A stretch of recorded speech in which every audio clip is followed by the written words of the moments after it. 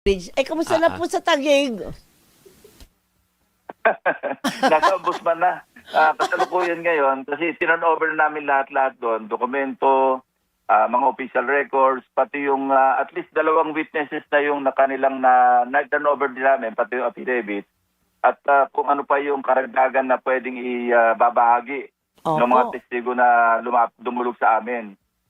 Nandun na sa ombudsman. Inaantabayan na lang namin kung ano magiging resulta ng kanilang sinasagawang fact-finding investigation para mapunta na doon sa tinatawag nating preliminary investigation. Kasi yun na yung formal na investigation na kung saan papadala na ng kung sino man yung sangkot, papadala ng notice, mag-file ng counter affidavit, at kung mayroong sapat na ang tawag nila doon, reasonable certainty of conviction. Opo. Umabot sa ganung antas, sa ganung threshold, papala ng kaso na yon sa Sandigan Bayan. Opo. So, kami naman, tiwala kasi yung Ayan. mga dokumentong pinadala namin talaga namang glaring gagamit ka ng isang litrato sa 4 na proyekto na magkakaiba yung kontraktor, magkakaiba yung lugar. Paano nangyari yun?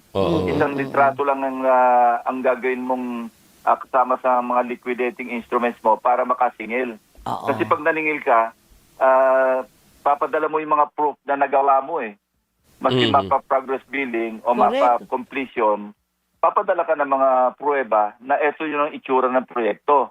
Paano mangyayaring yung isang litrato, 4 na magkakaibang proyekto, magkakaibang kontraktor, magkakaibang lugar, bakit di isa litrato? Ang ibig sabihin nun, hindi ginawa yung iba doon.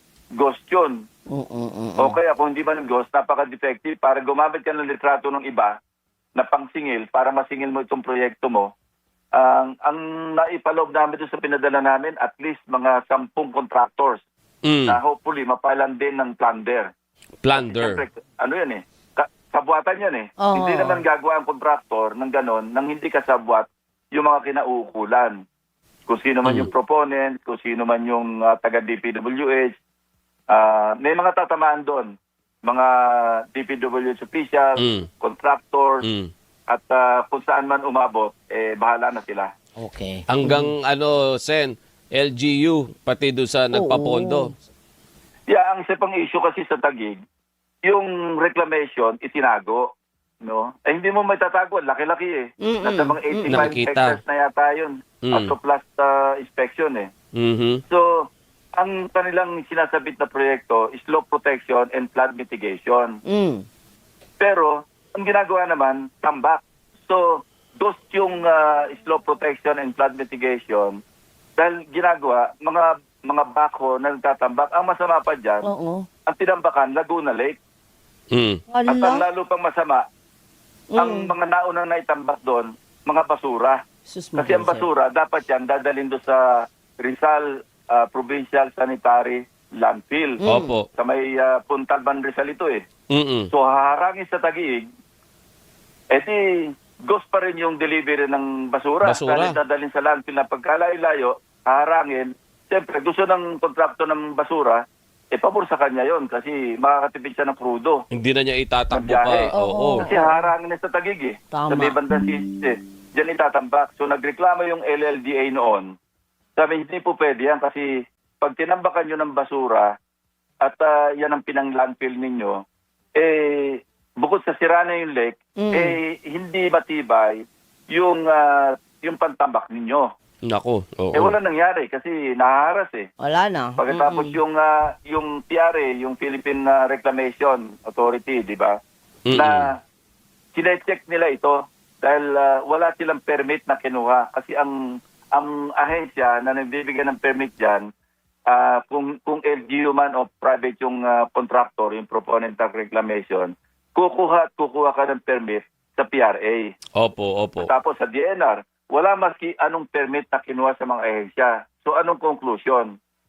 Dapat yan ma-forfeit in favor of the government. Ang nakasaad niya sa batas, void ab initio ang inyong reclamation. From the very beginning. Hindi mo na pwedeng i-cure yan. Kasi hindi ka kumuha ng permit, nagtamba ka.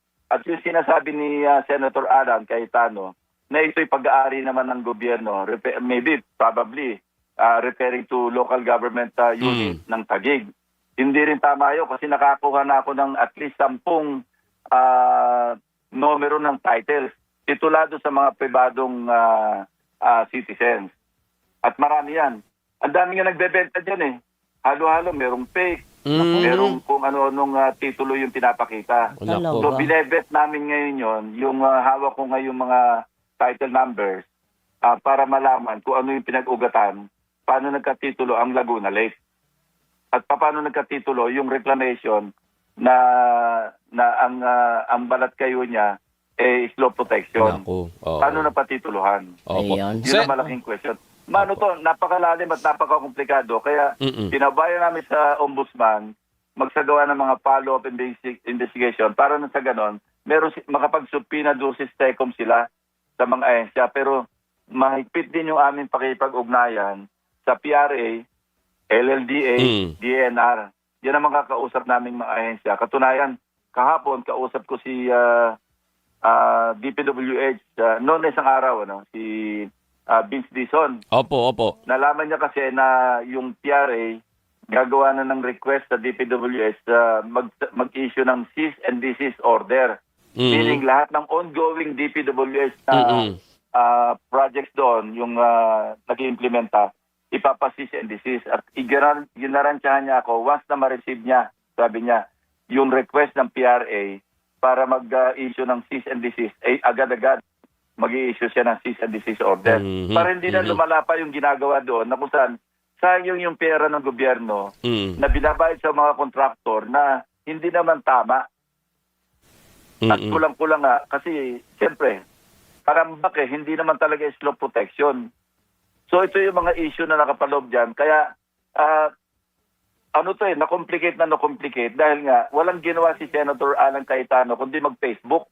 Tira siya ng tira. Hindi niya, sa halip na i-defend niya yung kanyang turf at sagutin niya ng diretsahan, he resorts to name calling, kung ano namang issue binabato niya. So, yan ang kinalabasan ngayon. Opo. At ito'y, nagulat ka ako, kala ko kasi Bulacan na yung microcosm. Yung pala. Yung represent ng parang yung flood control. And malala, yung Taguig is really something else as we discovered. Kumbaga ibang ano din siya, ibang Ibang style. klase rin Ibang eh. antas. Ibang antas, tama. Ibang Sige. antas. So yan po yung aabangan din namin, Senator. Update nyo kami Sen. Bukod doon sa impeachment. Yes. Nag-enjoy ba kayo, Sen, doon sa mga awayan doon sa ano? Mukhang may mara-reprimand sa Lunes. Asked and answered. Ask and answer. Si Senator, pag Si Senator gumanon Ting? yung bell, kahit nagtatanong pa siya, hinto na. talaga. Upo na siya. Obedient. Alam mo, kailangan namin pakita may discipline kami eh. Tama. Alam mo, pag sinabi 2 minutes, dapat 2 minutes. Yung iba Okay. kasi, sinasabihan ko yung taga-patingting nga doon sa si Anika. Sabi ko, Anika, di ba pwedeng magdala ka ng sirena? Para yung pangalawa, sirenahan mo na yan. Ang Huwag na lakas patingting. doon, Sen. Ang Ang lakas lakas. ng sirena. O kaya yung ginagamit ng Wang-wang. Hindi, yung Office of Civil Defense. Kapag merong Ang ingay nun, partner. Ay, Oo. nako, O Sen. kaya,